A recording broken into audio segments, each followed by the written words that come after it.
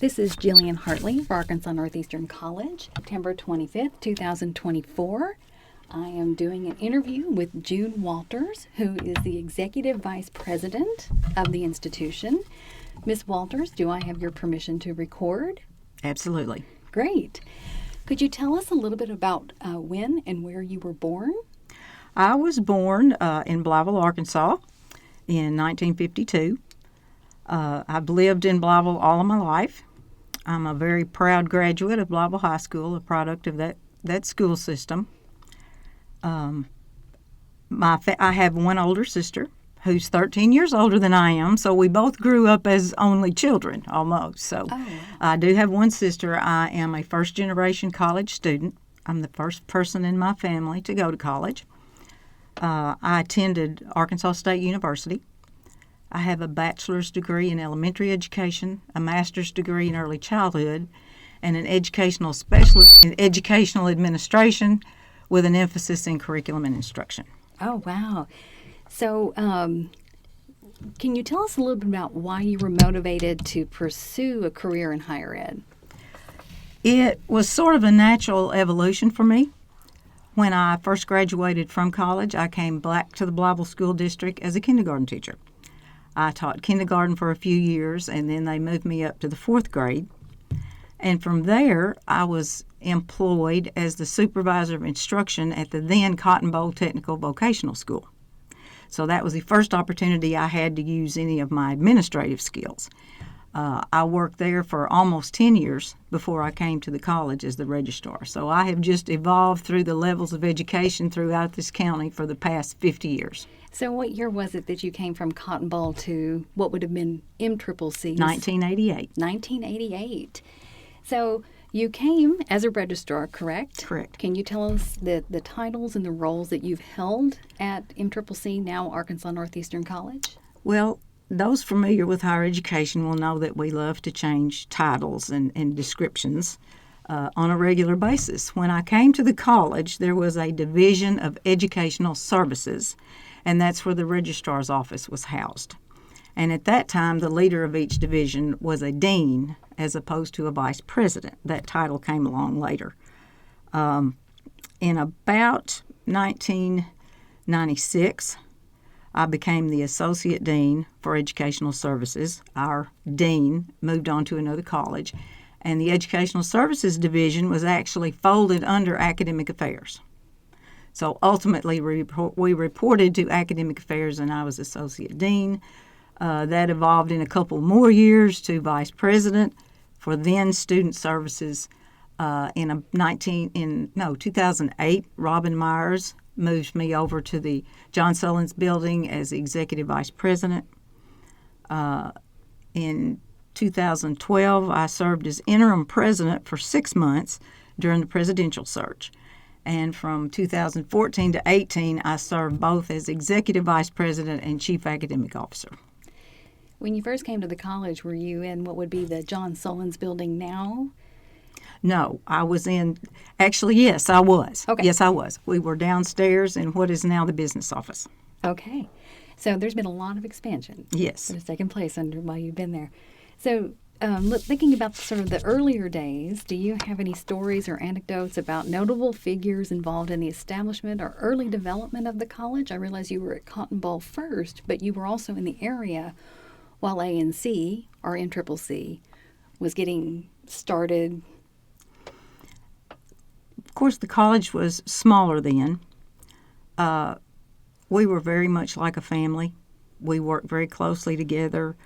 Our roles intertwined. Of course, Jim McLean was there as the director of financial aid when I came. He's part of the reason that I am there.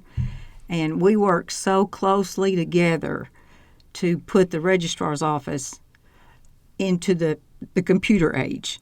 The existing staff there had the program for some time, but they were not comfortable in using it. So that office has evolved a great deal over the years. When I came there, we were still using paper rosters, which we printed and distributed to faculty. They entered their grades by hand and turned them back in, and we keyed them into the computer. So we've come a long way. So Dr. Sullins was very instrumental in encouraging me and giving me the opportunity to grow and evolve there. So it's been a good experience from day one. Can you speak to some of the goals and mission of the institution when you first started back in the late 80s?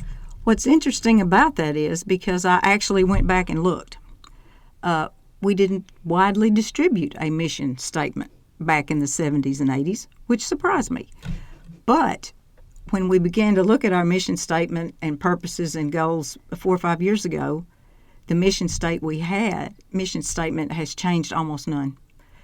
We have tweaked a bit of the wording to use current jargon so that the public understands it better, but essentially our mission of providing accessible, quality educational programs and services has not changed. It's essentially the same as it was 50 years ago. Wow. So you worked as the registrar for a number of years. Can you tell us a little bit about that role and what sort of impact it has on students in the institution? The registrar's office is sort of unique in that it's the enforcer of the policies for the most part. It's the collector of records. It begins with the collection of records for the student before they ever enroll. Their high school transcript, prior college transcripts, those sorts of things are all collected by the registrar's office. Then the student goes through the whole process of being educated, and at the very end, then the registrar produces the document that means everything, and that's the official transcript. And as I said, all those operations have evolved over the years and become automated. A lot of it is behind the scenes to the student. Unless the student has a problem, they may never even know where the registrar's office is or what they do. But they're kind of where the rubber meets the road in a way, because we are certain that standards are met, policies are followed, procedures are followed, things are done in a timely manner, and most importantly, that everything is done with integrity. Because registrars at colleges and universities respect each other greatly. And when a document comes from one registrar to another, it's accepted as being truthful and factual.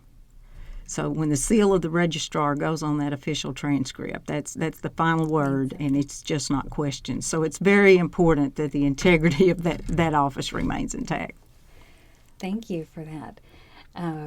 Definitely, you're right. It's a position in which a lot of people don't even know maybe who that person is, but it's definitely the person who's the overseer of a lot of student. They don't make policies. That's interesting enough. You know, if the registrar's name is invoked, it's usually saying, well, they won't let you do that, or the registrar won't let you do that. No, they just have read the policy and they know what it says. Right. They're applying the policy in most cases. And from my experience, they can even tell you the policy. Exactly. You know, because they live by them. Right. So you have overseen and you've contributed quite a lot to the accreditation process over the years. And so with this in mind, can you provide some examples of how teaching methods, curriculum, and academic standards have evolved? The college was first accredited in 1980.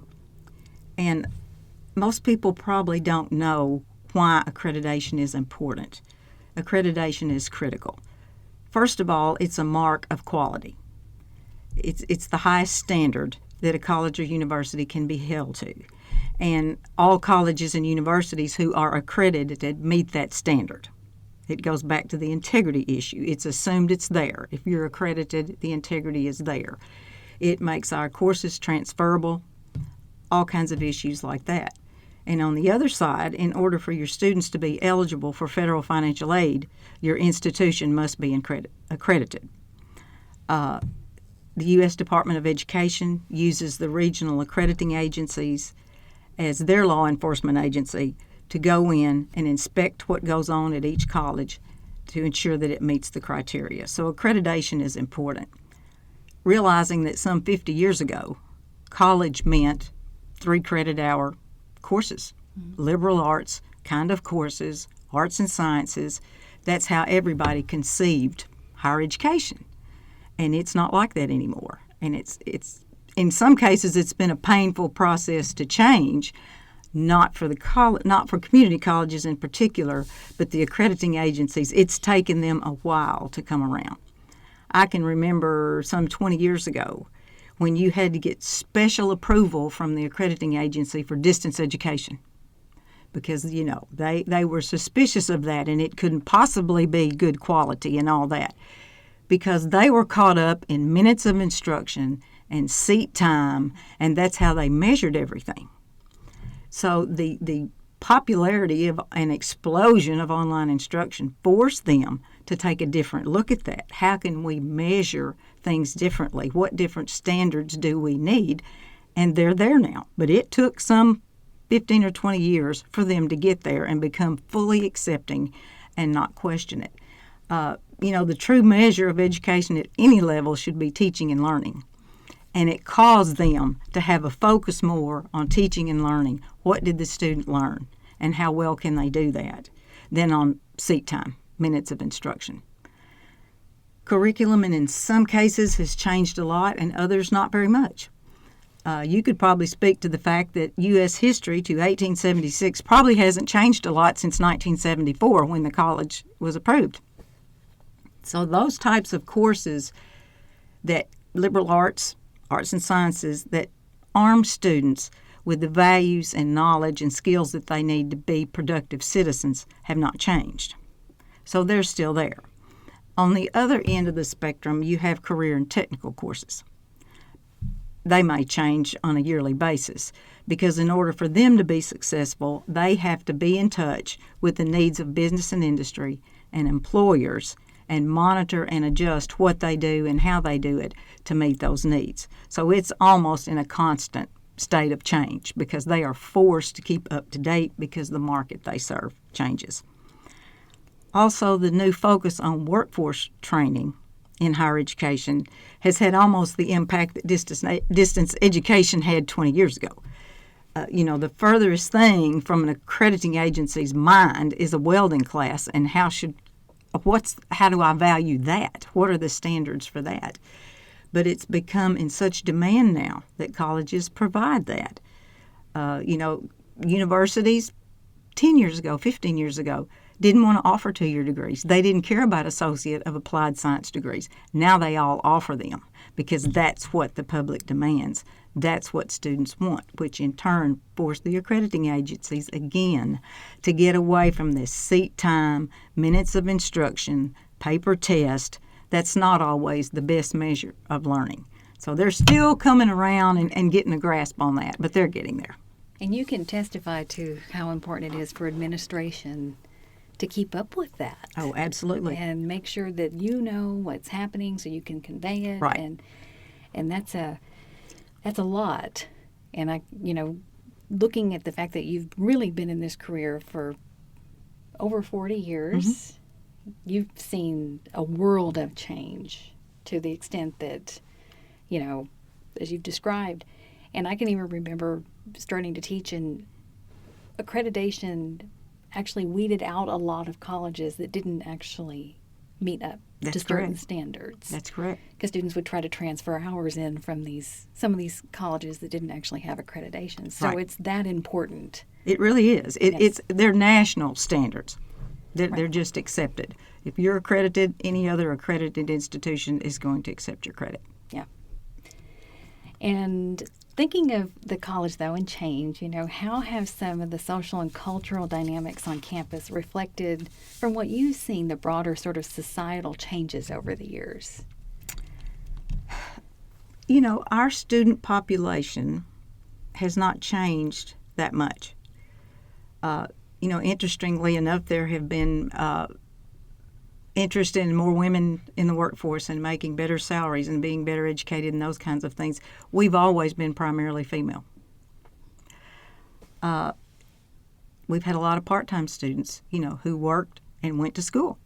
Some years it was 45% part-time, 55% full-time, and the next year it might flip-flop. But we've always had students who worked and went to school. Frankly, we have never had a high enough representation of minority students at our college. We're very aware of that. We work on that. We address those issues. We do an annual report about activities we've done and the results. But that's a challenge that we still need to meet. But essentially, our population is still pretty much the same. We do have a higher number of part-time students now because of the influx of the high school students who are all part-time. So they impact that number some. So when it comes to the infrastructure on the campus, it's safe to say that, MCCC has some pretty unique origins in the fact that it was built initially as a solar panel college. But over the years, when you think about the buildings and the landmarks and the campus features, are there any kind of stories that stand out to you or some sort of historical significance that you would like to share? When I think of buildings and landmarks on the college, I go back 2 years ago when community colleges were first approved by law. They were not allowed to use any state funds for construction. So, yes, you can have a college, but it's up to you to build it. To fund it, yeah. So, there were 3 choices at that time: private donations, grant funding, and selling bonds. So that's the only way community colleges had to build structures. So when you reflect back to the thoughts that MCCC started in an abandoned warehouse and an empty elementary school in downtown Blytheville, that's why. There just weren't buckets of state money out there to get to build a college. So it only took them about 3 or 4 years to get their feet on the ground and write the solar energy grant, which was for $6.3 million to build a solar voltaic powered campus. And that's how we got where we are. And so the Sullins Administration Building as a building will always be a landmark for me with its vaulted glass ceiling because it truly reflects the origins of that building being located on that campus. That's the first building on the campus, built with grant money, by the way. The next building is the Adams Vines Library, which was built with a private donation because at that time in the early 90s, we still couldn't get state funding. So that building, represents to me the generosity of the county to help us have a library facility because we didn't have one prior to that. We had to use the county library. And the last one is State House Hall because the law changed in the mid to late 90s and community colleges could seek state funding for construction. So it is called State House Hall because it was the first building on our campus that we actually got some state money to construct. So you have State House Hall and the Governor's Ballroom because of the major source of funding for those buildings. So they're sort of landmarks in my mind. So there's significance there just in the way that they were built. Yeah. Wow. Now, are there any sort of, with community colleges are oftentimes very entrenched in the community. They're very, very closely tied. And are there any sort of notable achievements or contributions by alumni that you would like to highlight? When I think of alumni, I may have a little bit of different take than a lot of people have. We certainly have had a number of very successful alumni, lawyers, doctors, engineers, mayors, all kinds of success stories that we're very proud of, and we love to hear from them and hear their story. But for me, the real champions of our alumni are those who either come back to the county or stay in the county and give back. To illustrate my point, about 2 or 3 weeks ago, we did a survey with employees. And one of the questions on there was, are you an alumni of MCCC/ANC, or have you ever taken classes here? Of the approximately 175 employees we have, almost 50 are alumni in some way of the college. Those are the notable characters for me. Those who benefited from the college and then came back to work at the college and give that same opportunity to others. So the alumni that are with us now are really my champions. It's a strong testament to the college, too. Yes. For people to want to return. And there are all kinds of positions, faculty, staff, Our vice president for instruction is an alumni. Our most recent past president was an alumni. So, yes, we have always been very rooted and anchored in this county. Well, let's turn a little bit to challenges, because what are some of the most significant challenges the college has faced throughout the time that you've been there? I think that the changes in technology have been quite a challenge. It cost us to have a different mindset. The online courses are very attractive to students, the flexibility, the convenience of them, that is not going away. And the challenge for us, and fortunately we recognized this challenge in the beginning, was not to compromise the quality of what we deliver, because some do. You know, it's easier to take the shortcuts, but we've never done that. We've maintained the quality no matter how the changes have come along and what we've had to do differently. We have stayed focused on the quality of our education.